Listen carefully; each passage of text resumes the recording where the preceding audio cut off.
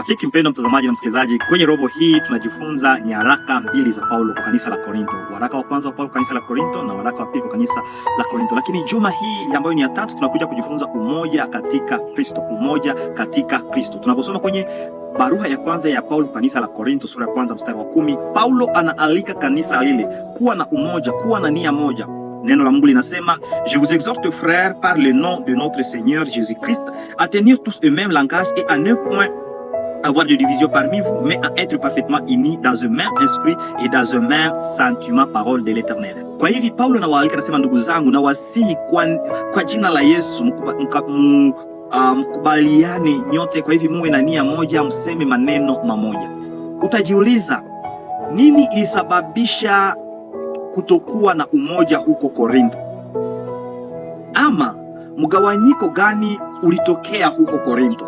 Basi na kualika katika jina la Yesu Kristo kujiandaa vizuri kwa ajili ya kubarikiwa kwenye somo la leo.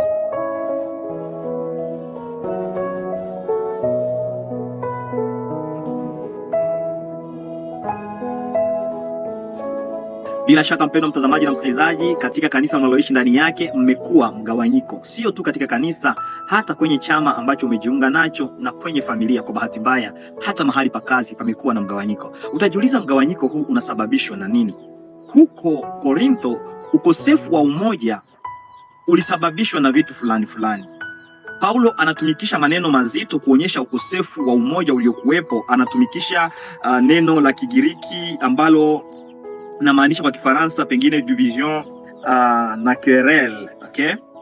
Ama tuseme kulikuwepo mgawanyiko na mabishano. Yalitokana na nini? Tumejifunza kwenye masomo yaliyopita kwamba Korintho ilikuwa ni mji ambao ilikuwa cosmopolite, kulikuwa watu wa kabila nyingi, na ilikuwa ni mji ambao wanafanya huko sana biashara, inajaa na watu. Kwa hivyo hii ilisababisha wahubiri wengi walikuwa wamefika huko. Paulo alikuwa amefika huko kwa ajili ya kutangaza habari njema, Apollo alikuwa amefika huko kwa ajili ya kutangaza habari njema, na Petro alikuwa amefika huko kwa ajili ya kutangaza habari njema.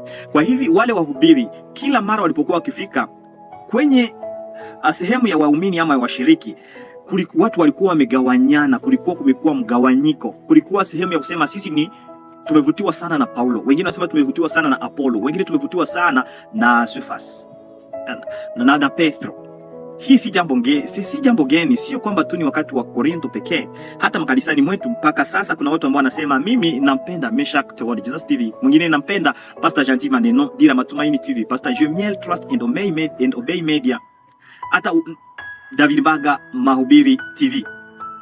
Watu wanasahau ya kwamba wale wahubiri wote ni vyombo ambavyo Mungu anatumia kwa ajili ya kutangaza habari njema. Sio kwamba wao wanakuja kwa ajili ya kujitangaza, ni vyombo tu ambavyo Mungu ametumia kwa ajili ya kutangaza habari njema. Hapo kuna vitu viwili ambavyo tunatakiwa kuepuka. Kuna wahubiri ambao kwa sehemu yao pia wanaweza kuchochea washiriki kusema muwe kwa upande wangu, msimpende mtu mwingine, lakini ni wachache. Na kwa upande mwingine kuna washiriki ambao hata wahubiri hawakuambia wawe na mgawanyiko, wao kwa wao wanaanza kugawanyika. Na hii shida ilikuwa imeathiri kanisa la huko Korintho.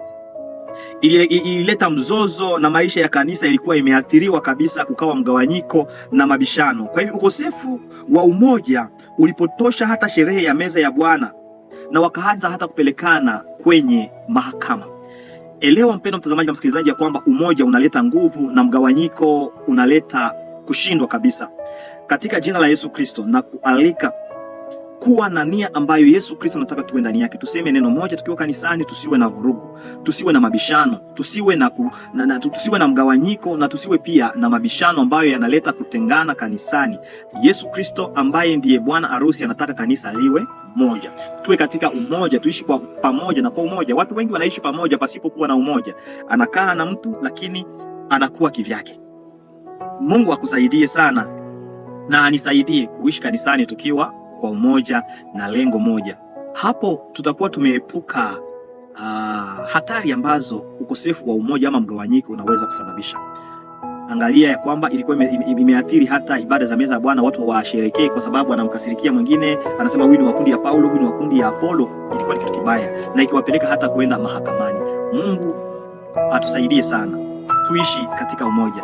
Jiulize, je, ni nani ambaye kanisani ninaishi naye lakini siko katika umoja na yeye? Ama natakiwa kufanya nini ili tuwe katika umoja? Mungu akubariki.